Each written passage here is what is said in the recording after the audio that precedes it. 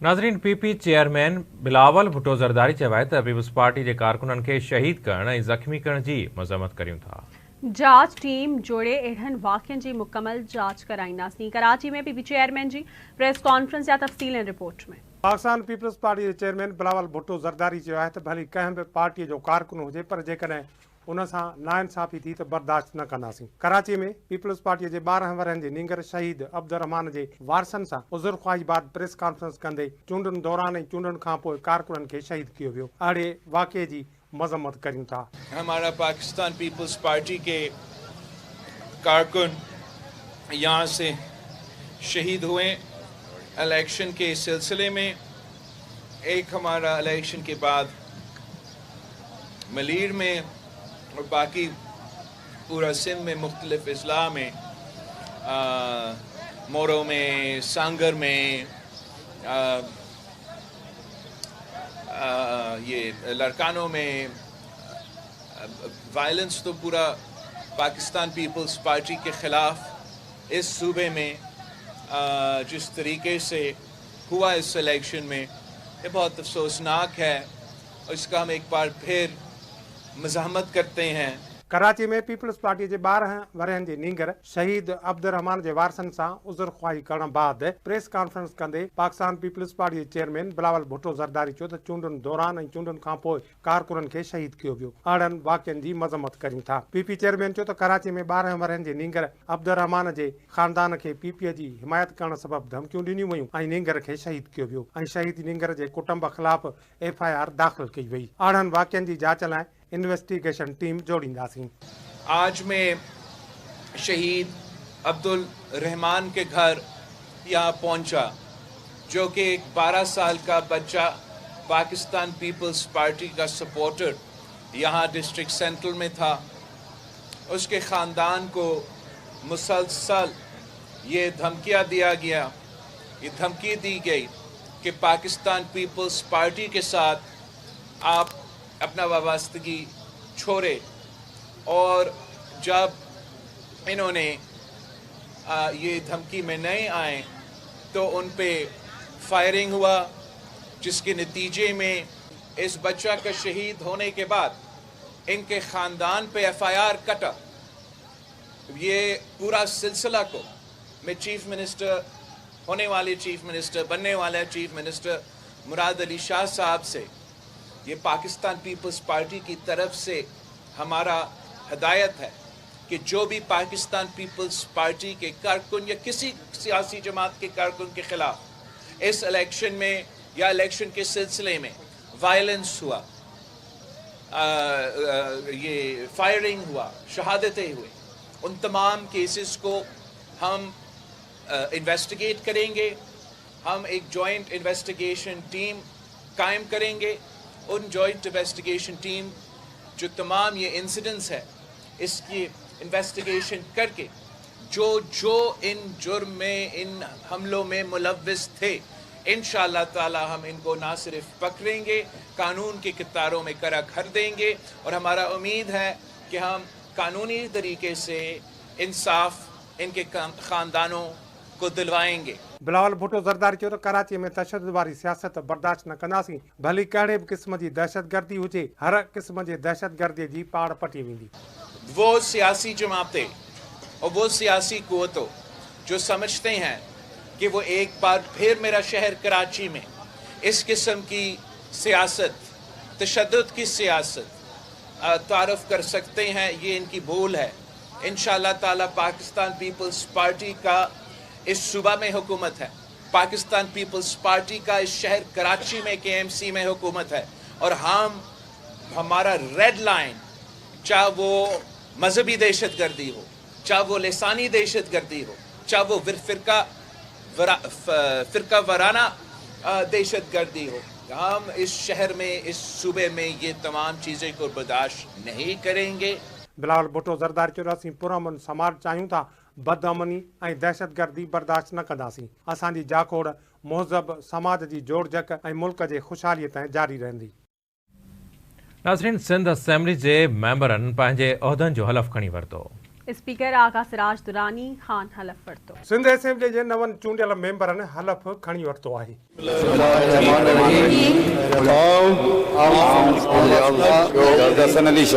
सच्ची दिल सां कसम खणा थो त मां ख़ुलूस नियत सां पाकिस्तान जो हामी वफ़ादार रहंदुसि इन जी हिफ़ाज़त बचाव कंदुसि। अल्लाह ताला मुंहिंजी मदद रहबर फरमाए। सिंध असेंबली जो इजलास 40 मिनट देर सां स्पीकर आगा सिराज दुरानी जी सदारत हेठि शुरू थियो। आगा सिराज दुरानी नवनि चूंडियल मेंबरनि खां हलफ़ वरितो। हलफ़ खणंदड़नि में नामज़द वॾो वज़ीर सैयद मुराद अली शाह, सैयद कामिल अली शाह, फरियाल टालपुर, शर्जील इनाम मेमन, सईद गनी, अवेस कादिर शाह, नासिर हुसैन शाह बि शामिल आहिनि। उन मौक़े ते असेंबली हाल में जीए भुट्टो जा नारा गूंजण लॻा।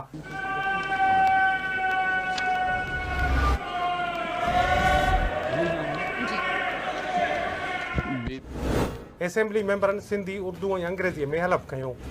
सिंध असेंबली जे 168 मेंबरनि मां 114 मेंबरनि जो तालुक़ु पाकिस्तान पीपल्स पार्टी सां आहे, जॾहिं त 36 मेंबरनि जो तालुक़ु MQM सां आहे। अॼु 148 सिंध असेंबली जे मेंबरनि हलफ़ कयूं, जॾहिं त 13 मेंबर हलफ़ बरदारी तक़रीब में शरीक न थिया।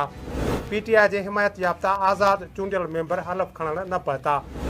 GDA ऐं जमायत इस्लामी जे मेंबरनि बि हलफ़ न कयो। नादर मक्सी कार रैली सबब कराची में मौजूद न आहे, जॾहिं त निसार खोड़ो या महताब ॾह सेनेटर रहंदा। कैन शाह जे MPA अज़ीज़ जोणे जो जे मौत सबब संदसि कामयाबी जो नोटिफिकेशन जारी न कयो वियो आहे, जॾहिं त कराची जे PSA 129 तां चूंडियल जमायत इस्लामी जे MPA हाफ़िज़ नईम अहमद जो बि नोटिफिकेशन जारी न कयो वियो आहे। सिंध जे नामज़द वॾे वज़ीर सैयद मुराद अली शाह, शर्जील इनाम मेमण, आगा सिराज दुरानी ऐं मंज़ूर वसाण चयो आहे त सिंध जी अवाम जा अक्सरियत सां चूंडुनि में कामयाब कराइण ते थोराइता आहियूं। सिंध वासियुनि जी भरपूर ख़िदमत कंदासीं। तफ़सील हिन रिपोर्ट में।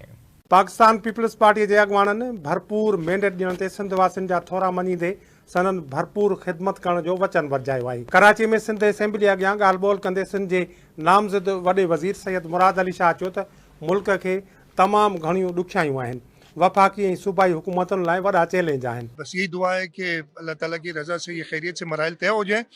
काफ़ी मुश्किलात हैं मुल्क को इस वक्त, और इस वक्त जो फेडरल गवर्नमेंट है, प्रोविंशियल गवर्नमेंट्स हैं, उन सबको बहुत बड़ा चैलेंज है। उम्मीद है कि सब साथ मिल के जो पाकिस्तान की मुश्किलात है उनसे बाहर निकाल सके। पीपल्स पार्टी जे सीनियर अफ़गान ऐं अॻूणे सूबाई वज़ीर शर्जील इनाम मेमन चयो त आवाम पीपल्स पार्टीअ खे वॾी अक्सरियत सां कामयाब कयो आहे।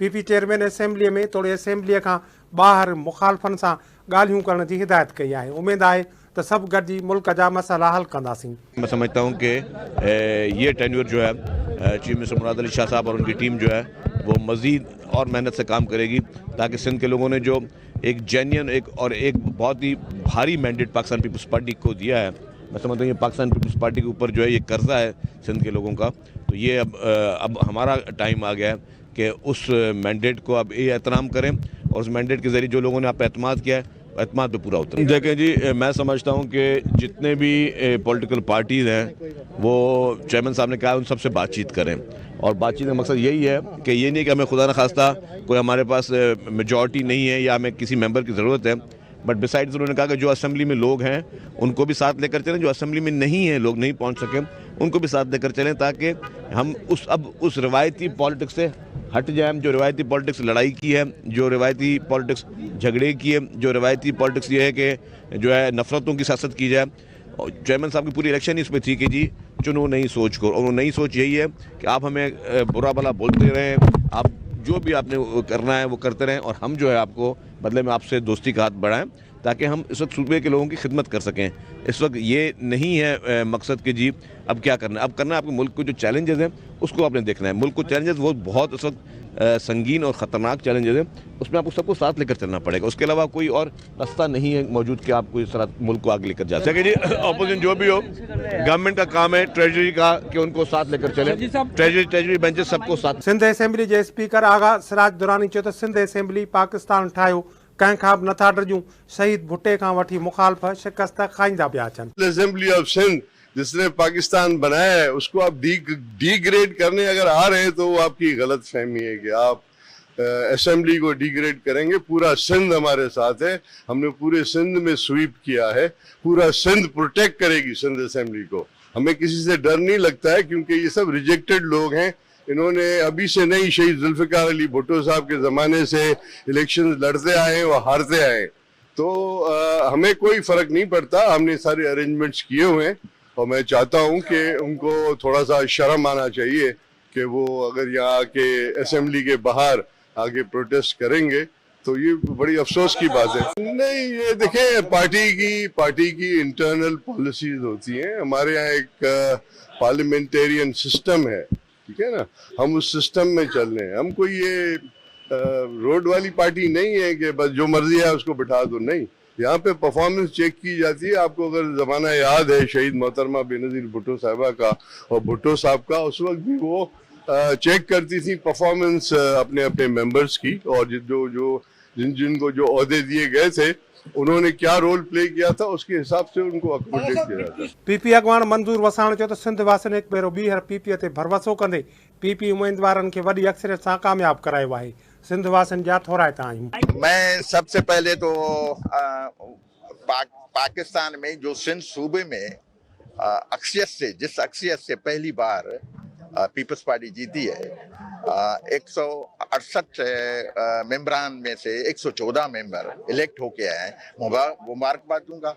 दूसरी बात यह है कि हालार खान, जो मैं 1988 में खुद एमपीए था, आज से 35 साल पहले, आज मेरी जगह पे, मेरी सीट पे हालार खान मेरा बेटा एमपीए बना है, बैरिस्टर भी है, और इससे ज्यादा और क्या खुशी हो सकती है। दोनों खुशी है, और सिंध के अवाम को मैं मुबारकबाद दूंगा जिस अक्सियत से जितवाया है। हालार खान को 94,000 वोट दिया है, मुखालिफ को 10,000 दिया है, तो सिंध में टॉप में हालार खान आया है। और हर पीपल्स पार्टी के एमपीए को, एमएनए को बहुत से वोट्स दिए हैं। अॻवाननि चयो त पाकिस्तान पीपल्स पार्टी अवामी पार्टी आहे जेका रुगो अवाम जी ख़िदमत में यकीन रखे थी। हाणे अवाम जा मसइला हल कंदासीं ऐं ॾेह वासियुनि खे सुखियो सताबो बणाए पोइ सुख जो साह खणंदासीं। नाज़रीन, पीपल्स पार्टी जे सीनियर अॻवान ऐं अॻूणे सूबाई वज़ीर शर्जील इनाम मेमण चयो आहे त मुल्क ॾुखियाईनि जे वर चढ़ियल आहे। मसइलनि जे हल लाइ जाखोड़ करणी पवंदी। सिंध वासियुनि पारां चूंडुनि में वॾी अक्सरियत सां कामयाब कराइण ते थोराइता आहिनि। पाकिस्तान पीपल्स पार्टी जे सीनियर अॻवान ऐं अॻूणे सूबाई वज़ीर शर्जील इनाम मेमण चयो आहे त पीपल्स पार्टी ॾुखे वक़्त में अवाम सां गॾु रही, उन करे ई सिंध वासियुनि खे अक्सरियत सां कामयाब करायो। कराची में सिंध असेंबली अॻियां मीडिया सां ॻाल्हि ॿोल कंदे पीपल्स पार्टी जे सीनियर अॻवान शर्जील इनाम मेमण चयो त सिंध वासियुनि पीपल्स पार्टीअ खे वॾी अक्सरियत सां कामयाब कयो आहे। सिंध वासियुनि जा थोराइता आहियूं, संदन भरपूर ख़िदमत कंदासीं। जिस तरह सिंध की आवाम ने भरपूर तरीके से पाकिस्तान पीपल्स पार्टी को एक क्लियर मैंडेट दिया है और एक भारी अक्सरियत पीपल्स पार्टी को दी है, तो पीपल्स पार्टी की तरफ से भी हम समझते हैं कि हम उस आवाम के ना सिर्फ के हम शुक्रगुजार हैं, लेकिन आवाम का एक कर्जा है जो कि इन तमाम मेंबरान के कंधों पर है। और उसी के लिए जिस तरह कल चेयरमैन बिलावल भुट्टो ज़रदारी साहब ने कहा था अपने खिताब में कि हर मेंबर की ये जिम्मेदारी है कि ना सिर्फ कि हमें उस अवाम ने जिसने ऐवानों में भेजा है उनके जो भी मसाइल हैं, उनके जो भी इश्यूज हैं, उसको हल करें। अॻूणे सूबाई वज़ीर शर्जील इनाम मेमण चयो त मुल्क मसइलनि जे वर चढ़ियल आहे। मुल्क में मुआशी बदहाली आहे, गुरबत ऐं महांगाई अहम मसइला आहिनि, उन्हनि खे हल कंदासीं। इस वक्त मुल्क एक संगीन मसाइल से दो चार है। इस वक्त इकोनॉमिकल क्राइसिस मुल्क में मौजूद है।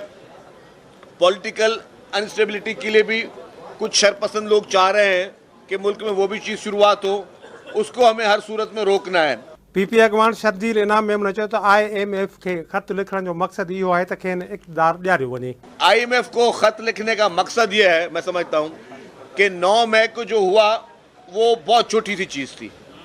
ख़त का मकसद उस जमात का ये है कि या तो हमें इक़्तिदार मिले या तो हमें मैंडेट ज़बरदस्ती दिया जाए, और वो जमात करिए जो खुद 2018 के मैंडेट की बेनिफिशरी रही है, 2018 की तारीखी रिगिंग की बेनिफिशरी रही है। वो जमात ये कह रही है कि या तो हमें IMF इंश्योर करे कि हमें वो मैंडेट मिला जाए, वरना जो है IMF पाकिस्तान की इमदाद या जो भी एग्रीमेंट्स है वो रोक दे।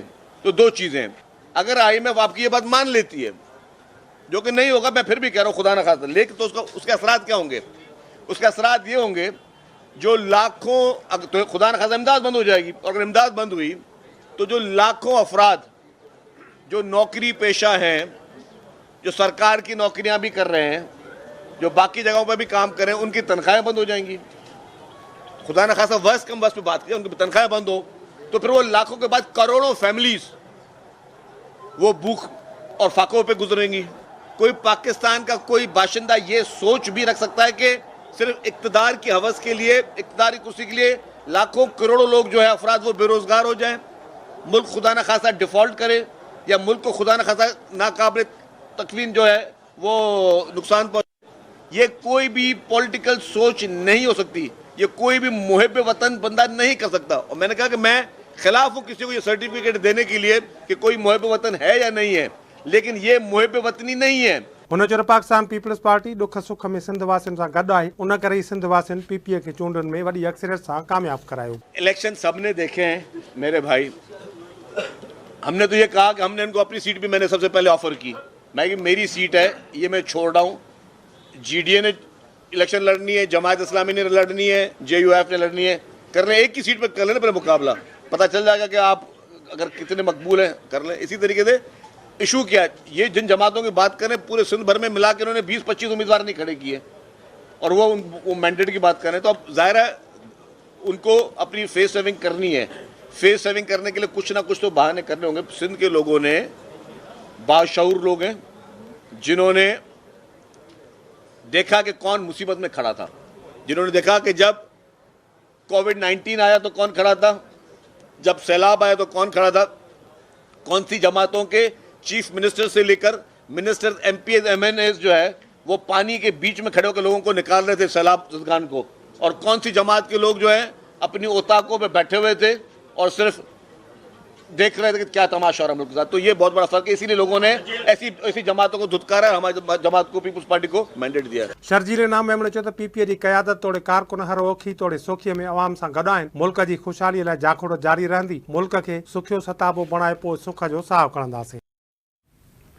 मुल्क में सदारती चूंडूं 9 मार्च ते कराइण जो फ़ैसिलो कयो वियो आहे। इलेक्शन कमीशन 9 मार्च ते थींदड़ सदारती चूंडुनि बाबति शेड्यूल जारी कंदो। सदर आरिफ अलवी जो 5 सालनि जो आइनी मुदो 8 सेप्टेंबर 2023 ते ख़त्म थी चुको आहे। मुल्क में निगरान सेटअप हुजण करे आरिफ अलवी सदर तौर ज़िम्मेवारियूं निभाए रहियो आहे। आइन मूजिबि चूंडूं थियण खां पोइ 1 महीने ताईं सदर उहिदे ते रही सघे थो। आसिफ अली ज़रदारी मुल्क जो नओं सदर तौर उम्मीदवार नामज़द थियल आहे। पाकिस्तान मुस्लिम लीग नून जे क़ाइद नवाज शरीफ चयो आहे त नाकामीअ जो डपु रखंदड़ शख़्स कॾहिं बि कामयाब न थींदो आहे। लाहौर में शरीफ मेडिकल ट्रस्ट जी कॉन्वोकेशन में तकरीब के खिताब कंदे संदसि चवणु हुयो त कामयाब थींदड़ शागिर्दनि खे मुबारकूं ॾियां थो। अवां जी महिनत अॼु अवां खे हिन मक़ाम ते पहुचायो आहे। नवाज शरीफ चयो त हिते सिफ़ारिश कल्चर नाहे, मैरिट खे हथी ॾिनी वई आहे। नाकामी जो डपु रखंदड़ शख़्स कॾहिं कामयाब नाहे थींदो। हिन चयो आहे त हितां कामयाब थींदड़ शागिर्द अमली ज़िंदगी में पाकिस्तान की खिदमत करे रहा आहिनि। तकरीब के खिताब कंदे शहबाज शरीफ जो चवणु हुयो त शागिर्दनि जी कामयाबी उस्तादनि जी महिनत ऐं वालिदैन जो नतीजो आहे। शानदार तकरीब में शिरकत करे ख़ुशी महसूस करे रहियो आहियां। सिंध हाई कोर्ट के चीफ जस्टिस अकील अहमद अब्बासी चयो आहे त Sindh high court circuit bench Mirpur Khas जुड़ण खां पोइ घणा केस मीरपुर ख़ास मुंतकिल कया विया आहिनि। मीरपुर ख़ास में सिंध हाई कोर्ट बार पारां ॾिनल आजियाणे खे ख़िताब कंदे चीफ जस्टिस चयो त सर्किट बेंच में मुक़रर थियल जजिस जी रिहाइश वारो मसइलो जल्द हल थी वेंदो।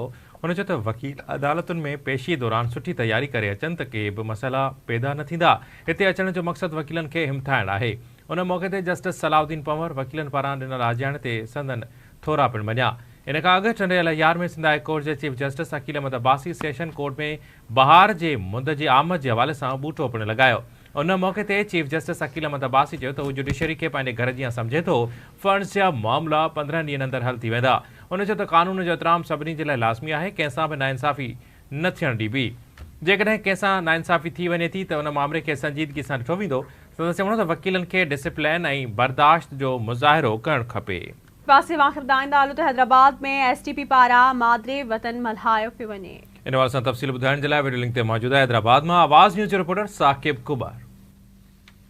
बिल्कुलु मां खे ॿुधंदो त हिन वक़्तु मां अलमदार चौक कासमाबाद में मौजूदु आहियां, जिते 32 योम मादरे वतन STP पारां जेको आहे उहो जलसो मुनक़िद कयो वियो आहे। जलसे में डॉक्टर कादिर मक़सद समेत ॿी अॻुवान जेके आहिनि उहे ख़िताब पिणु कंदा। इन समेत जेके आहिनि कारकुन जेके आहिनि वॾे तादाद में सिंध मुख़्तलिफ़ शहरनि खां हिते पहुतल आहिनि।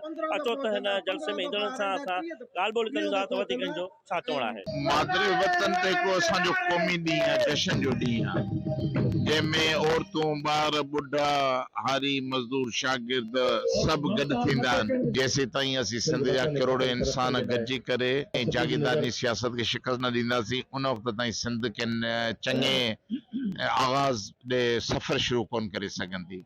योम मादरे वतन जो मक़सदु हर साल सिंध खे असां यकीन ॾियारणु चाहींदा आहियूं त जेके सिंध जा मसइला आहिनि असां अवाम खे गॾु करे उनखे वचन ॾींदा आहियूं त असां तव्हांजे मसइलनि ते, तव्हांजे वसीलनि ते, तव्हांजे डंडनि डोरनि दरियाहनि ते कब्ज़ो थियणु न ॾींदासूं। छा त ॾिसूं था हिन योम मादरे वतन जे ॾींहं जे पुठियां सिंध जी हिकिड़ी वेझे माज़ीअ जी वॾी तारीख़ आहे।